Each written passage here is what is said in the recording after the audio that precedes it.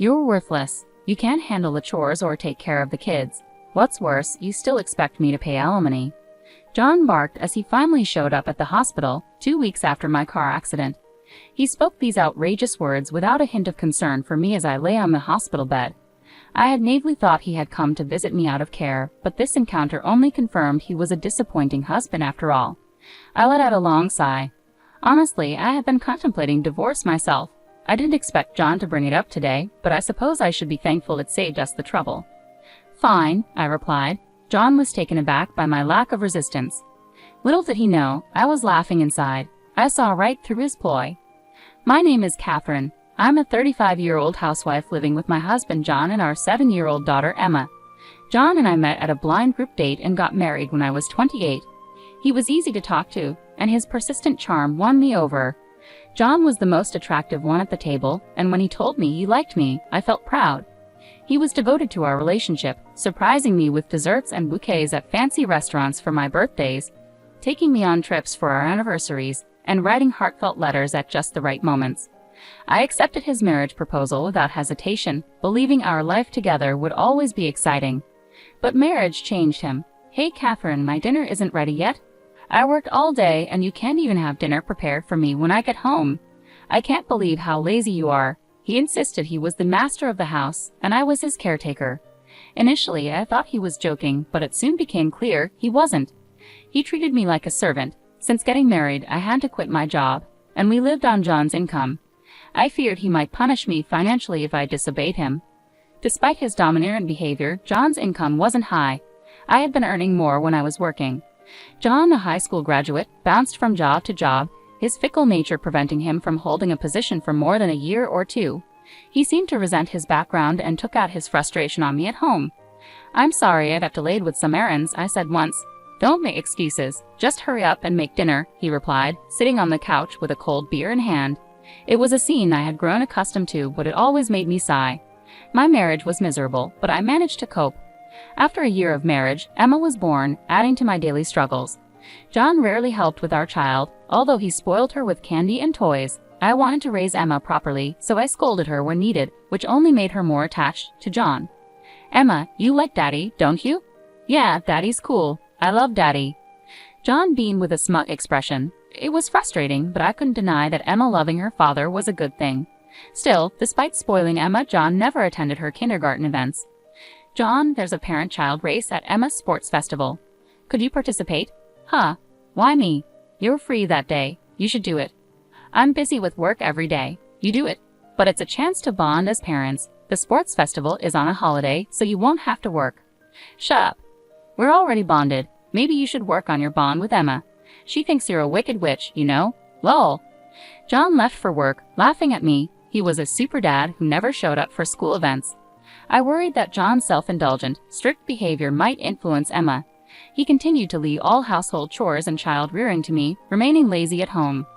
Now Emma is 6 and ready for elementary school, but John is still switching jobs. He recently quit his factory job and moved to a position in the food and beverage industry. "I'll be working on weekends at my new job," John announced. "Really? It seems like we'll be like ships passing in the night then." "It can't be helped. It's work." "Yes, I know," I said, actually feeling relieved. I was tired of John's weekend orders to do housework. I hated his nagging. With John gone on holidays, Emma would be sad, but at least I wouldn't have to deal with his constant criticism. "I understand," I replied. I couldn't complain to John, who was the breadwinner for our family. Reluctantly, I went to tell Emma about John's new work schedule. "I'm sorry, sweetie, but Daddy won't be able to go out with us on his days off."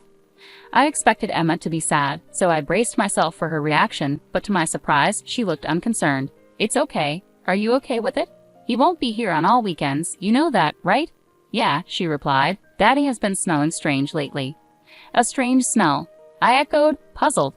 Emma nodded and went back to her room. I was bewildered. What on earth was she talking about? Recently, I'd been so overwhelmed by housework and child-rearing that I hadn't noticed anything different about John. Our marriage wasn't the same as it used to be, and I made an effort to avoid John to prevent provoking him.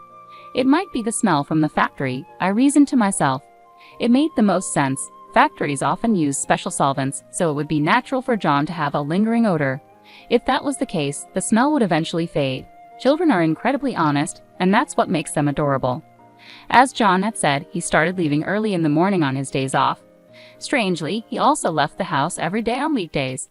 If he was working on weekends, he should have a day off during the week, but he left without saying anything to me, so I couldn't tell if he was actually going to work. I wondered what he could be doing, leaving so early even on his days off. Curious, I asked him, "You seem to be going out every day off. What are you doing?"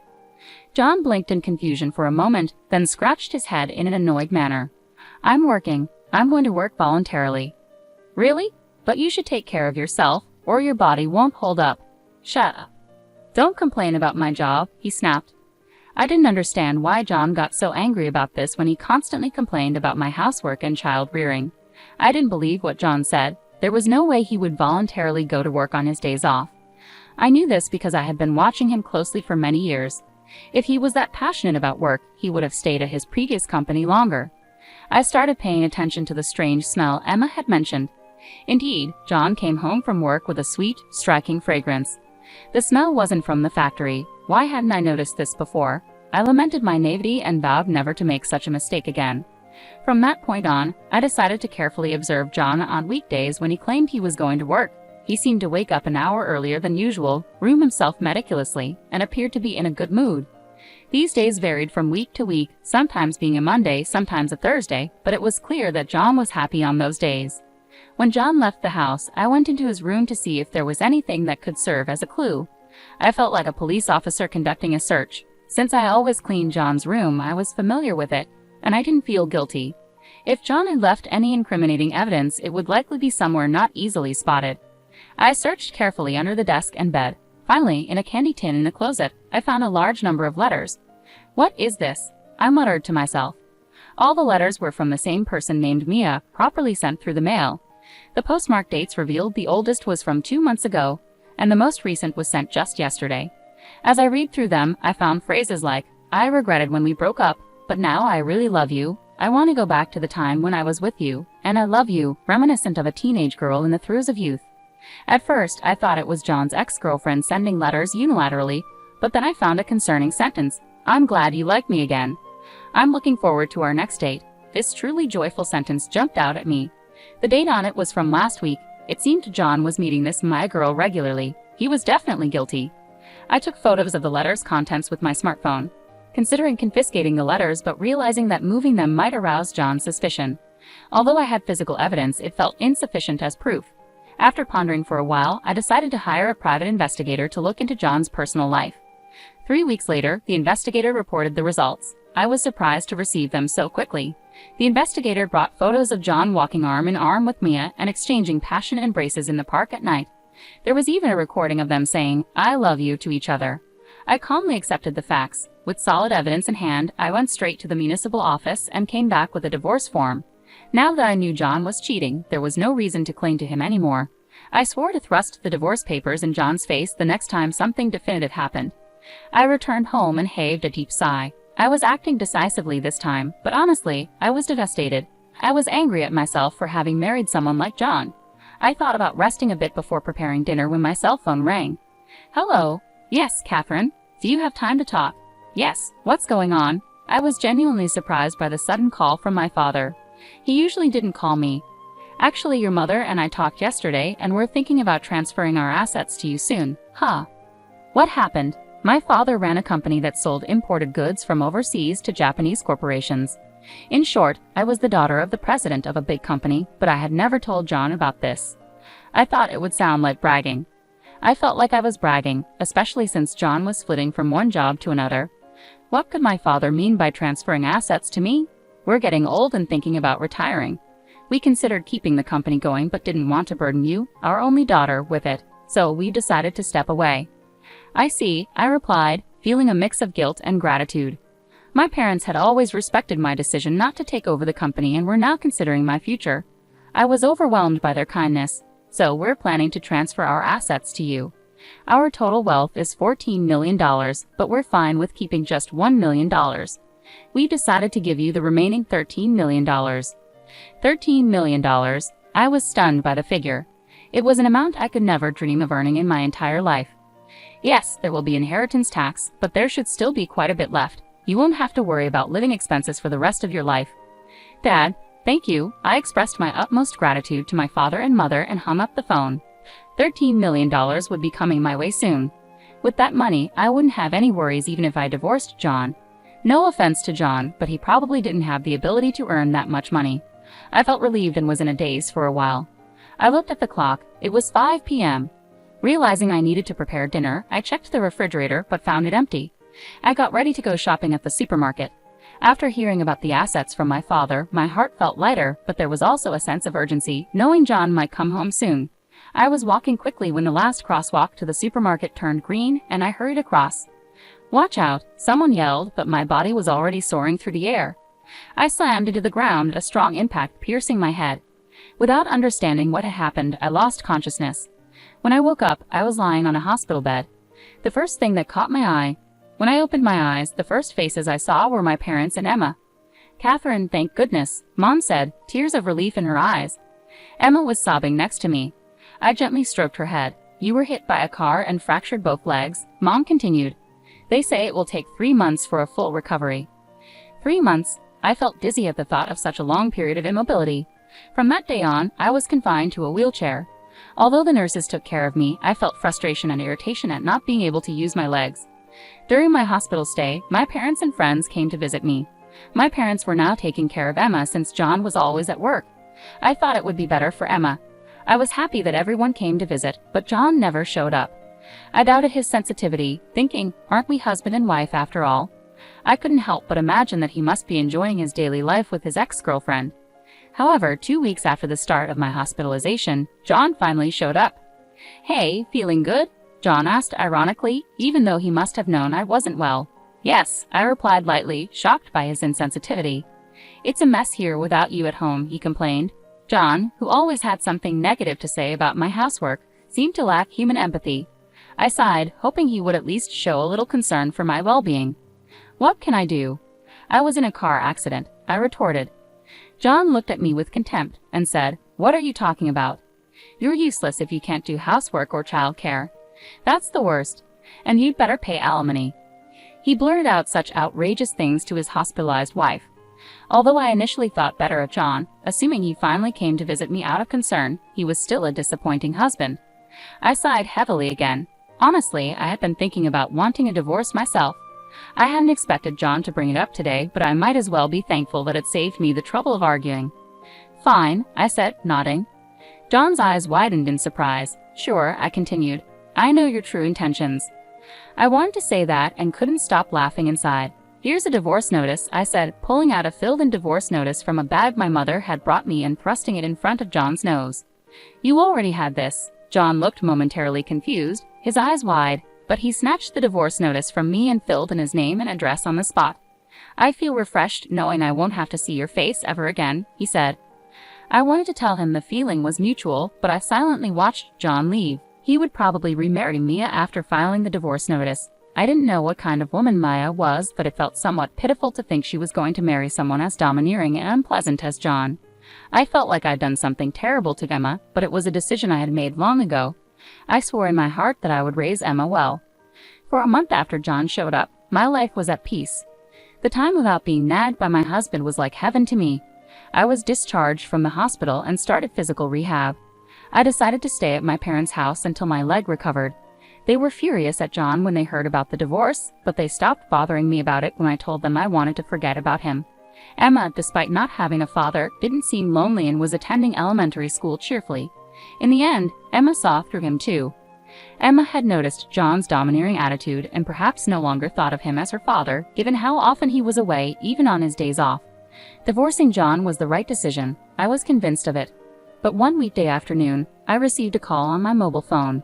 I ignored it when I saw John's name on the screen. However, the phone kept ringing incessantly.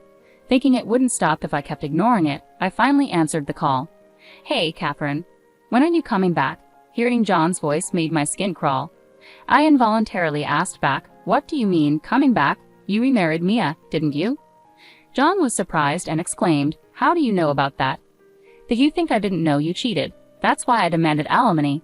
"Yes, that's right, but alimony and child support. There's no way I can pay that. Why do I have to pay alimony in the first place? You never did the housework. You should be the one paying alimony." I was dumbfounded by John's argument. I had demanded alimony and child support through a lawyer, but it hadn't been paid yet. I knew John didn't have a lump sum of money, but he should borrow and pay. Yet here he was, saying something incomprehensible like I should be the one to pay alimony. I noticed your affair and gathered evidence. Did you see it from the lawyer? It seemed that John had already seen the evidence gathered by the detective agency. That would make things easier, but calling me specifically was beyond common sense. I wanted to divorce you even before I found out about the affair. After all, you never helped with housework or child-rearing and just complained all the time. I'm not your housekeeper, you know, but it's good you remarried, right? Now you have someone to take care of you again. But that's the thing. Maya can't do housework. I didn't know before marriage. She said, leave everything to me, but once we got married, her cooking is terrible and she doesn't clean. I would have been better off with you. Marry me again. After all, you don't have any money, right? Emma likes me too, doesn't she? I couldn't suppress my anger at John for choosing the word better. What are you talking about? You divorced me and remarried your affair partner, right? That's not my responsibility. Besides, sorry to say, Emma doesn't like you, and I have money. Don't lie to me. There's no way you have money. You were a housewife. You can't live without me. I had no intentions of telling John about the fortune I inherited from my parents, but when confronted this intensely, I had no choice but to reveal it. My parents are CEOs. I recently inherited their assets. It's around $30 million in total, so I can live without working for the rest of my life. I could almost visualize John gaping on the other end of the phone as he heard about this massive fortune from my mouth. You're lying, right? There's no way you have such a huge amount of money. It's true. If you want, I can have my parents confirm it for you. John finally seemed to believe my words and fell silent. Then he suddenly yelled, if it's true, why didn't you tell me? Well, I wanted to tell you what I knew about your affair and was thinking the worst of you. So I thought it didn't matter at that point. I hadn't yet inherited the assets, so there was no issue of property distribution. Damn, John bit his lip in frustration. He probably never imagined that I had such assets. He must be regretting ever divorcing me, but I didn't want to endure his terrible behavior anymore. Can I hang up now? Please pay the alimony properly, reflect on your actions, and never call me again. Goodbye. With that, I hung up the phone and immediately blocked John's number. No more calls would come. Mom, who were you talking to? Emma came into the room, asking curiously.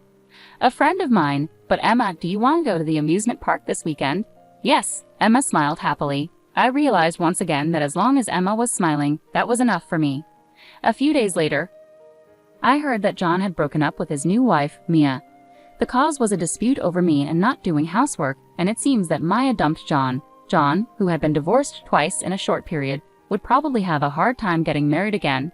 At any rate, it would be best if there were no more victims, so I hope John remains single for a while. Due to his divorce from Mia, he lost his motivation for work and quit his job at the restaurant. He will probably find another job, but I think it will take a while for him to get back on track. I do feel sorry for him as his life has fallen apart, but it's all his own fault. I blocked his calls so he couldn't beg me for money, and I made sure not to go to places where I had been with John. In my life, John literally disappeared. After a while, John paid the alimony, which put him in debt. I don't know how he'll make a living, but I hope he learns his lesson. I'm still living leisurely at my parents' house. My parents told me that it's okay for us to stay as long as we like. After my fracture healed completely, I started working part-time at a local flower shop. Although I can live without working, it suits me better to work outside rather than staying at home all the time. I worked diligently on weekdays and went out to play with Emma and my parents on holidays. I felt more joy in life than before. I want to continue living happily with the people I love. I savored the happiness of this moment while looking at Emma's smile.